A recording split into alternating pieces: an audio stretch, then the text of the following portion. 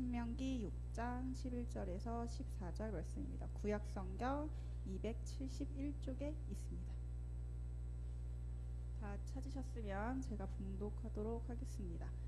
내가 채우지 아니한 아름다운 물건이 가득한 집을 얻게 하시며 내가 파지 아니한 우물을 차지하게 하시며 내가 심지 아니한 포도원과 감람나무 차지하게 하사 내게 배불리 먹게 하실 때에 너는 조심하여 너를 애굽 땅 종 되었던 집에서 인도하여 내 신 여호와를 잊지 말고 내 하나님 여호와를 경외하며 그를 섬기며 그의 이름으로 맹세할 것이니라. 너희는 다른 신 곧 내 사면에 있는 백성의 신들을 따르지 말라. 아멘.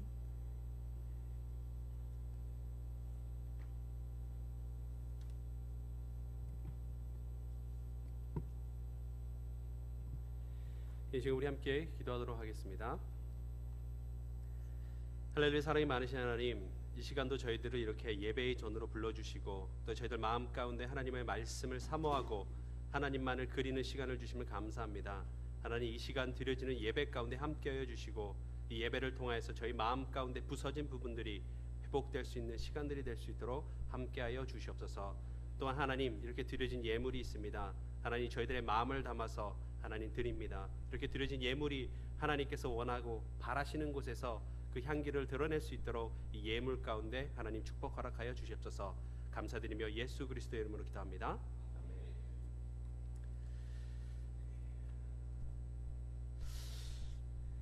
몇 번 이야기했던 이야기인데요, 왕을 위해서 열심히 일을 했던, 그렇게 섬겼던 신하가 한 명 있습니다.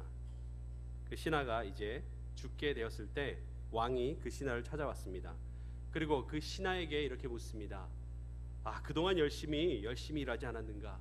이제 마지막으로 혹시 나에게 부탁할 마지막 소원이라도 있는가? 라고 묻습니다. 그러자 신하는 왕에게 이렇게 말합니다. 왕이여, 딱 하루만이라도 좋습니다. 하루만이라도 더 살게 해 주십시오. 그러자 왕은 당황한 듯이 이렇게 이야기합니다. 이보게 이 사람의 죽고 사는 것은 다 하나님의 손에 달려있는 것이 아닌가? 그건 내 능력으로 해줄 수 있는 일이 아니지 않는가? 라고 이야기합니다. 그러자 그 신하는 한숨을 쉬며 이렇게 이야기합니다. 아이고, 잘못 살았구나. 그럴 줄 알았으면 왕이 아닌 하나님을 위해서 살걸. 만약 우리의 삶이 이와 같이 30년을 50년을 60년을 살았는데 우리가 만약에 다른 방향, 옳지 않은 방향을 그렇게 살았다고 한다면, 그렇게 걸어왔다고 한다면 그 마지막 길 위에서 우리는 후회만 하고 말 것입니다. 이스라엘은 그렇게 40년 동안 광야를 걸었습니다. 그렇게 걸었고 하나님의 말씀에 순종하지 않았던 모든 사람들이 그렇게 그 길 가운데서 죽었습니다. 그러나 그 다음 세대는 이제 멀지 않아 얼마 후면 마지막 종착지에 다다릅니다. 바로 가나안 땅으로 들어가게 되었습니다. 그러나 그들을 이끌었던 모세는 그들과 함께 들어가지 못합니다. 이제 그들을 떠나보내고 다음 세대를 떠나보내면서 이제 다음 세대를 떠나보내야 되는 그런 시간이 온 것입니다. 이제 그들을 떠나보내야 하는 그런 모세가 할 수 있는 마지막 일은 무엇일까요? 언젠가 한 번은 제가 집에서 바쁘게 집을 나가야 했던 적이 있습니다. 바쁘게 집을 막 이렇게 나가는데 제 아버지가 저를 세워놓고는 이리 와 앉아봐라, 이리 와 앉아봐라 라고 안 하시던 이야기를 하시려고 하는 겁니다. 너무나도 짜증이 나서 왜 안 하던 일을 하시려고 합니까? 라고 막 이렇게 짜증을 좀 냈는데 아버지가 다짜고짜 앞에 와서 무릎을 꿇고 앉아봐라 라고 하시면서 이야기를 이어가셨습니다. 아버지가 장황하게 많은 이야기를 하셨는데 잘 들어보면 그 결과는 여자 조심해라 라는 이야기였어요. 무슨 이야기를 막 이렇게 하시나 그리 막 이렇게 해서 볼 일도 바쁘기 때문에 그렇게 듣고 나갔습니다. 그러나 얼마 지나지 않아서, 며칠 지나지 않아서 아버지가 돌아가셨습니다. 아마도 아버지는 그렇게 마지막을 준비하셨던 것 같아요.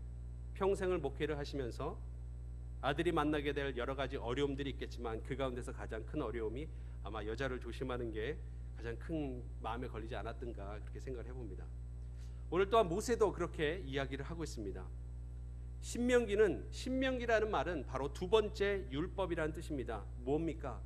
바로 하나님께서 율법을 주셨는데, 우리 가운데 주셨는데 그 똑같은 말을 다시금 이스라엘 백성에게 해주고 있는 겁니다. 그렇기 때문에 신명기를 바로 두 번째 율법, 다시 한번 듣는 율법이라는 뜻입니다.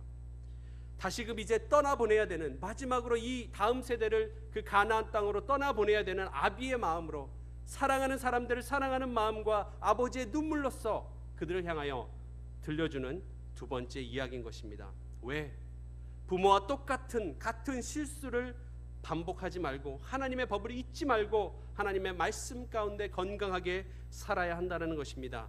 그렇게 그는 피눈물을 흘리면서 그들에게 들려주었던 이야기입니다.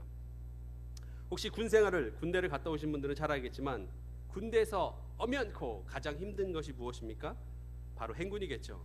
제가 그 강원도 홍천에 그 젓가락 부대를 나왔는데 거기는 행군으로 유명해요. 그래서 매일같이 한 달에 한 번씩 100km도 걷고 하는 그런 부대였는데 100km 훈련을 나갈 때면, 행군을 나갈 때면 항상 무거운 텐트를 병사들이 이렇게 나눠서 그 군장에다 지고 갑니다. 정말 무거워서 걷는 내내 아이고 무겁다 라고 생각을 하면서 걷습니다. 그리고 나면 다시 모여서 텐트를 치고 또 텐트를 걷고 다시 걷고 텐트를 치고 다시 걷고, 그렇게 하는 것을 반복하다 보면 한 40년을 그렇게 살았던 사람들이 얼마나 힘들었을까 생각이 듭니다. 430년이라는 이집트에서 정착하고 살았던 사람들이 이제 이집트를 떠나서 40년 동안 광야 생활을 하면서 살았던 그들의 모습을 기억해 보면 이것이 쉽지 않았겠다라는 생각이 듭니다. 그런데 그것뿐이겠습니까? 광야에서 40년 동안 생활은 그들에게 물 또한 쉽게 얻을 수 없는 것입니다. 모든 것이 말라있는 광야 가운데서 살아가는 것, 모든 것을 불태울 것만 같은 그런 마른 광야 땅에서 그들이 구했던 것은, 원했던 것은 언제나 마실 수 있었던 물이었습니다. 그로 인해서 그들이 했던 것은 무엇입니까? 항상 입에 불평을 달고 사는 것을 우리는 성경을 통해서 보았습니다. 그들이 했던 것은 무엇입니까? 계속해서 반복해서 그들은 옛 삶을 뒤돌아보는 삶을 살았다라는 것이죠. 그런데 이것이 비단 그들만의 삶이었겠습니까? 오늘 우리의 삶들을 돌아오기 원합니다. 몇천 년 전 광야를 누볐던 사람들만의 삶이 그렇게 했던 것이 아니라, 그들만의 고민이 아니라 오늘 또한 그 모습이 다르지만 우리 또한 그것을 위해서 오늘 하루를 우리가 살아가는 것을 볼 수 있습니다. 거할 초소를 위해서, 먹을 것을 위해서, 마실 것을 위해서, 우리의 의식주를 해결하기 위해서, 아니면 가능한 한 남들보다는 더 풍부하게 부유하게 살기 위해서, 좀 더 나은 환경을 위해서 우리가 똑같은 모습으로 살아가고 있는 것을 봅니다. 지금보다 더 나은 생활을 하고자 목숨을 걸고 살아갑니다. 그것은 때와 장소만 다를 뿐이지 누구에게나 똑같은 고민으로서 그렇게 살아가고 있다는 것입니다. 오늘 본문을 보면 그런데 중요한 이야기를 하고 있습니다. 너희가 그 땅에 들어갔을 때 너희가 채우지 않은 많은 좋은 것으로 채워진 집을 주겠다. 너희가 파지 않은 우물을 너희에게 주겠다. 너희가 심지 않은 포도원과 감람원을 주겠다라고 말하고 있습니다. 캄보디아는 물이 좋지 않기 때문에 저희가 우물을 많이 팝니다. 두 명의 일꾼이 달라붙어서 하루 종일 그런 기다란 쇠파이프를 이렇게 돌려가면서 땅에다 박습니다. 하나를 다 들어가면 그 위에다가 이렇게 또 다른 쇠꼬챙이를 이렇게 꽂고 또다시 계속해서 하루 종일 이렇게 돌려가면서 우물을 팝니다. 그렇게 두 명이서 파야 30m, 40m 정도의 우물을 파게 됩니다. 하루가 걸리는 것이죠. 얼마나 힘든지 모릅니다. 둘이서 계속해서 반복해서 이렇게 돌려가면서 우물을 파는데 정말로 하루를 그렇게 파면 진이 다 빠집니다. 그런데 그 모든 것을 하나님께서 주시겠다라고 약속하고 있는 것입니다. 그런데 중요한 것은 무엇입니까? 오늘 11절 마지막을 보면 이렇게 이야기하고 있습니다. 이 모든 것을 허락하셨을 때, 이 모든 것을 너희에게 주셨을 때, 바로 너희가 배부를 때, 배부르게 먹게 하실 때, 너희가 만족하며 누리고 있을 때, 무엇인가를 내가 이루어 놓았다라고 말하고 있을 그때가 중요하다라는 것입니다. 왜냐하면 바로 하나님의 약속 안으로 들어가서 그 모든 것을 누리고 있을 때, 우리가 누릴 수 있을 때 바로 언제나 거기서 우리가 무너진다라는 것입니다. 그렇기 때문에 성경은 분명하게 이야기하고 있는 것은 하나님께서 분명히 우리의 삶을 책임져 주시고 우리를 붙드시고 우리를 지키시고 우리의 삶을 유지시켜 주겠다라고 말씀하고 있습니다. 너희가 들어가서 하나님의 말씀을 따라서 산다면. 그렇기 때문에 오늘 본문을 보면 이렇게 이야기합니다. 너희가 들어가서 너희가 만족하면서 살 때 그때 너희가 지켜야 한다라고 오늘 본문은 얘기합니다. 지킨다라는 게 무엇입니까? 바로 문지기가 그 문을 지키고 서 있는 것처럼, 마치 파수꾼이 그 문을 지키고 있는 것처럼 우리가 우리를 지키지 않으면 우리가 그 땅 가운데 들어가서 하나님이 주신 그 모든 것을 누릴 때 우리가 거기서 바로 거기서 무너진다라는 것입니다. 우리가 잘 알고 있듯이 이런 말이 있습니다. 중국이 만리장성을 쌓아 올렸지만 정작 적들은 그 만리장성을 넘어서 온 것이 아니라 문지기들을 매수하고 문으로 걸어 들어왔다라는 이야기가 있습니다. 높은 담을 쌓아 올리고 우리가 그 안에서 만족하고 그러고 있을 때 바로 유혹은 언제나 찾아든다라는 것입니다. 아무리 우리가 높은 담을 쌓아 올리고 문을 제대로 지키지 않는다면 우리는 그 안에서 무엇을 지키겠습니까? 뭘 지키고 서 있으라는 겁니까? 오늘 본문을 보면 바로 5가지를 지키라라고 이야기하고 있습니다. 12절을 보십시오. 무엇을 지키라고 말하고 있습니까? 너희는 조심하여 너희를 애굽 땅 종되었던 곳에서 이끌어낸 여호와를 잊지 말고, 바로 잊지 말라는 것입니다. 경외하라는 것입니다. 섬기라는 것입니다. 바로 맹세하라는 것입니다. 그리고 그들의 신들을 쫓지 말라. 이렇게 5가지를 분명히 이야기하고 있는 것입니다. 가장 힘든 것이 무엇입니까? 인생의 최고자의 순간을 달릴 때, 그리고 내가 어느 정도 성공했다라고 내가 만족하며 살아갈 때, 바로 그때 아무런 걱정이 없다라고 생각할 그때 바로 우리는 하나님을 만나기가 너무나도 어려운 것 같습니다. 자신 스스로 인생을 책임질 수 있다라고, 혼자서도 잘한다라고 그러고 생각하면서 살아갈 때, 그때가 바로 가장 하나님을 만나기 찾기 어려운 때인 것 같습니다. 바로 우리가 필요하다라고 느끼지 않기 때문입니다. 내 노력으로 모든 것을 다 이루었다고 생각했을 그때가 바로 하나님을 찾기 가장 어려운 것 같습니다. 그렇기 때문에 오늘 모세는 본문을 통해서 그들에게 5가지 우리가 지켜야 할 것들을 이야기하고 있는 것입니다. 혹시 갈대상자라는 이 책을 읽어보신 적이 있습니까? 과학자로서 미국에서 이름을 날리고 또 살만한 그때 하나님에 향한 감격 때문에 당시 여러 가지 소송으로 문제가 얽혀 있었던 한동대로 믿음을 가지고 왔던 김영길 총장님에 대한 어떤 이야기를 담고 있습니다. 그가 한동대의 재정적인 어려움, 어떤 위기 가운데 섰을 때 그가 카이스트에 어떤 그런 사표를 내고 그 퇴직금으로 그 밀린 한동대 교직원들의 월급을 쓰려고 했다라고 합니다. 그런데 그때 사모님께서 이렇게 얘기했다고 그래요. 우리가 믿었던 이 마지막 그 퇴직금까지 우리가 한동대에 다 쏟아놓으면 어떻게 하겠느냐, 우리가 어떻게 살겠느냐라고 말했다고 합니다. 선뜻 내놓기 힘든 것이었습니다. 그러나 어떤 목사님께서 이렇게 말씀하셨다고 합니다.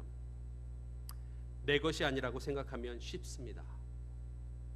내 것이 아니라고 생각하면 쉽기 때문에 그것을 믿고 그들은 그 돈을 다 한동대에게 내었다고 그런 이야기를 들은 적이 있습니다. 바로 이 모든 것, 내가 누리고 있는 이 모든 것, 내 삶 가운데 허락하신 모든 것들이 바로 하나님께서 우리에게 허락하셨다라는 것, 내 것이 아니라고 믿고 살아간다면 우리는 우리 삶 가운데 하나님에 대한 가치관을 가지고 살아갈 수 있다라는 것입니다. 그분만을 신뢰하며 살아갈 수 있다라는 것입니다. 이것이 바로 오늘 우리의 삶이 되어야 한다라는 것이죠. 하나님을 잃어버린 세대, 그분을 경외하기보다는 그분의 이름 때문에 타협하면서 살아가고 있는 세대가 되었습니다. 주변의 많은 이익과 불편 때문에 하나님이 보시는 그 앞에서도 당장의 이익 때문에 당장의 급한 것만 바라보면서 살아가는 세대가 되어버린 시대가 되었습니다. 이 시대는 우리가 주 없이 살 수 없습니다라고 고백하며 우리는 살아가야 한다는 것입니다. 내가 누리고 있는 것, 내가 가지고 있는 것, 이 모든 것을 하나님께서 주셨다라고 우리가 신뢰를 한다면 믿는 사람에게 그것은 내 것이 아님을 고백할 수 있어야 한다는 것이죠. 만약 우리 청년들이 무엇이 되고 싶습니까? 만약에 의사가 되고자 하는 사람들도 있을 것입니다. 변호사가 되고자 하는 사람들도 있을 것이고, 좋은 직장의 CEO가 되고자 하는 사람들, 경제적으로 안정된 삶을 누리고자 하는 그런 삶들도 있을 것입니다. 아니 그렇게 사시고 계시는 분들도 있을 것입니다. 그런데 그때 만약 여러분이 버는 돈의 70% 80%를 주변의 연약한 사람들을 위해서 다른 일을 위해서 써야 한다면 쓸 수 있겠습니까? 10%가 아니라 내가 가지고 있는 모든 것을 그 필요한 사람들에게 나눠줄 수 있는 삶을 거의 모든 전부를 다른 일을 위해서 쓰실 수 있겠습니까? 그럼 아마도 이렇게 말할 수 있을 것입니다. 내가 죽어라 일해서 내가 정말 열심히 일해서 이렇게 벌어들인 돈인데 이것을 남을 위해서 쓰란 말입니까? 예수님은 그렇게 찾아온 젊은이에게 똑같은 부자 청년에게 이렇게 말씀하셨습니다. 예수님은 내가 가진 모든 것을 팔아 가난한 자들에게 주고 너는 나를 따르라. 여러분은 모으기 위해서 안전한 발판을 만들기 위해서 앞으로 계속해서 뛰어가고 계십니까? 아니면 이것을 허락하신 하나님만을 바라보며 하나님만이 내 삶 가운데 비전임을 고백하며 하나님을 신뢰하고 한 발 한 발 앞으로 나아가고 계십니까? 혹은 무엇인가 되어서 돈을 왕창 벌어서 움켜쥐고 살아가는 것이 여러분들의 삶 가운데 소망이십니까? 그 모든 것을 허락하신 분 바로 다시 하나님께 드리는 비전을 여러분들은 가지고 살아가고 계십니까? 카일 아이들먼이라는 목사님은 그의 책 거짓 신들의 전쟁이라는 책을 통해서 이런 이야기를 하고 있습니다. 오늘 우리가 너무나도 많은 것을 희생해 가면서까지 어떤 것을 추구할 때 그것은 우리의 신이 되는 것이다. 저도 싱가포르에서 사는데 우리 아내하고 참 많이 다투는 것 같아요. 우리 그 은찬이의 어떤 교육 때문에 많이 다투는데 우리 은찬이의 하루입니다. 6시 반에 일어나면 6시 반에 학교를 갑니다. 6시 반에 학교에 가고 그리고 2시에면 이제 집에 옵니다. 점심을 먹고 나면 학교에서 내준 숙제가 제가 봐도 너무 많아요. 정말 산수에 영어에 중국어에 거기다가 엄마가 가만히 놔두겠습니까? 거기다가 뭐 엄마가 준 숙제까지 하면 뭐 그냥 하루 종일 숙제만 하다가 8시 9시 되면 이제 잠에 듭니다.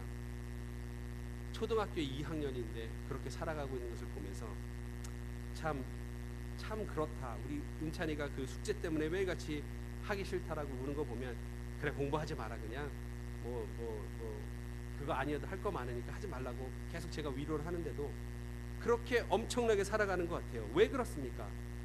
싱가포르 사람들은 세상에서 감정이 제일 없는 사람들이라고 하지 않습니까? 왜 그렇게 되겠어요? 어려서부터 초등학교 때부터 다른 사람들과의 경쟁 속에서 살아가고 그것만이 살아가는 방법이라고 가르치는 세상 속에서 살아가기 때문에 결국은 그들은 나를 보호하고 나만을 위해서 살아가는 사람으로 만들어진다는 것이죠. 결국은 그렇게 살아갔을 때 어떠한 모습이 되겠습니까? 주변의 사람들, 우리 처제들도 마찬가지입니다. 주변 사람들은 계속해서 그렇게 캄보디아 가서 살아가는 게 아이에게 좋지 않다. 아이의 교육이 없는데 거기 가서 뭐하러 그렇게 가서 살아가느냐. 싱가포르로 돌아와라. 싱가포르에서 살아라. 아이들에게 좋은 교육을 줘야 되는 것이 아니냐. 아이들 그러다 망친다. 싱가포르 안에서 모든 사람들은 그렇게 이야기하고 있습니다. 싱가포르만 그러겠습니까?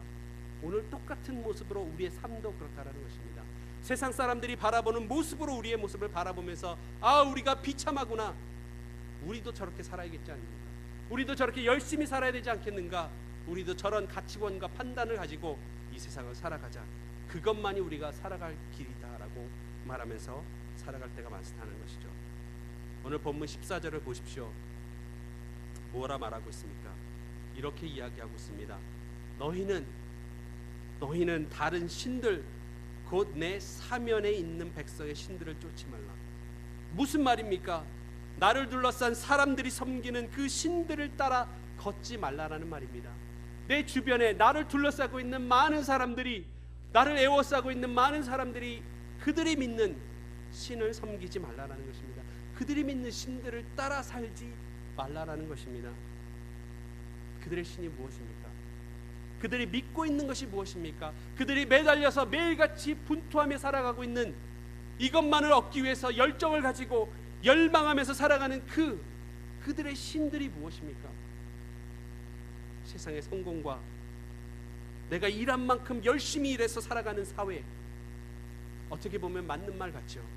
남들보다 노력해서 애쓰면 그에 따른 보상을 받아야 된다라고 말하면서 살아가는 믿음들, 어떻게 보면 맞는 말 같습니다. 그러나 그것은 세상이 말하는 세상의 가치와 이치라는 것이죠.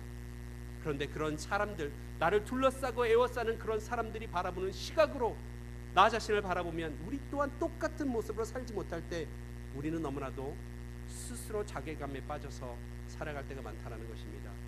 그들과 똑같은 모습으로 살기 위해서 애들을 닥달하고, 그들과 똑같은 모습으로 살아가기 위해서 내 자신을 그렇게 몰아가고, 그러면서 그렇게 살지 못할 때 내가 실패했구나, 내가 성공하지 못하는 삶을 살고 있구나 혹시 말하면서 살고 있지는 않습니까? 여러분들 삶 가운데 무엇을 열망하면서 살아가고 있습니까? 문제는 무엇인가를 열망하는 것이 아니라는 것이죠. 문제는 그런 것들을 왜 열망하는가입니다. 왜 우리가 그것을 열망합니까? 한번 생각해 보십시오. 내가 얻고자 하는 것, 내가 바라고자 하는 것, 내가 갖고자 하는 것, 내가 들어가고자 하는 직장들, 그 열망들에 왜 그런 열망들을 가지고 살아가고 있습니까? 결국은 그 동기는 하나님의 영광이 아니라 내 삶을 위해서 그런 것입니다. 내가 편하게 살고자, 내 가정이 편하게 살고자, 내 이름과 내 만족을 위해서 우리는 그렇게 세상이 말하는 신을 따라서 살아가고 있는 것입니다. 내 삶은 내가 책임지는 것입니다 라고 말하면서 우리는 혹시 살아가고 있지 않습니까? 어떻게 보면 오늘 많은 그리스도인들이 욕을 먹는 이유가 당연한 것 같습니다. 그것은 때때로 우리의 경제관이 하나님께서 지켜주신다, 하나님께서 보호해주신다, 하나님께서 그 모든 것을 내 손이 내가 한 것이 아니라 바로 하나님께서 채우시고 하나님께서 파주시고 하나님께서 주신다고 했던 그 믿음에 근거한 것이 아니라 내 노력과 내 판단과 내가 모아놓은 것과 내 통장의 잔고가 그 모든 것이 내 것이다, 그것이 나를 지킨다라고 하는 생각 가운데 살아가기 때문에 우리는 이 세상 가운데서 우리가 그리스도인이라고 말하지만 비판을 면하지 못하는 삶을 살아가고 있는 것입니다. 내가 가진 모든 것들, 이것은 내 것입니다. 내가 가진 모든 것들, 이 모든 것의 소유권은 바로 나입니다라고 살아가는 모습이 되었다라는 것입니다. 싱가포르에 있을 때 한인교회에서 영화부를 담당한 적이 있습니다.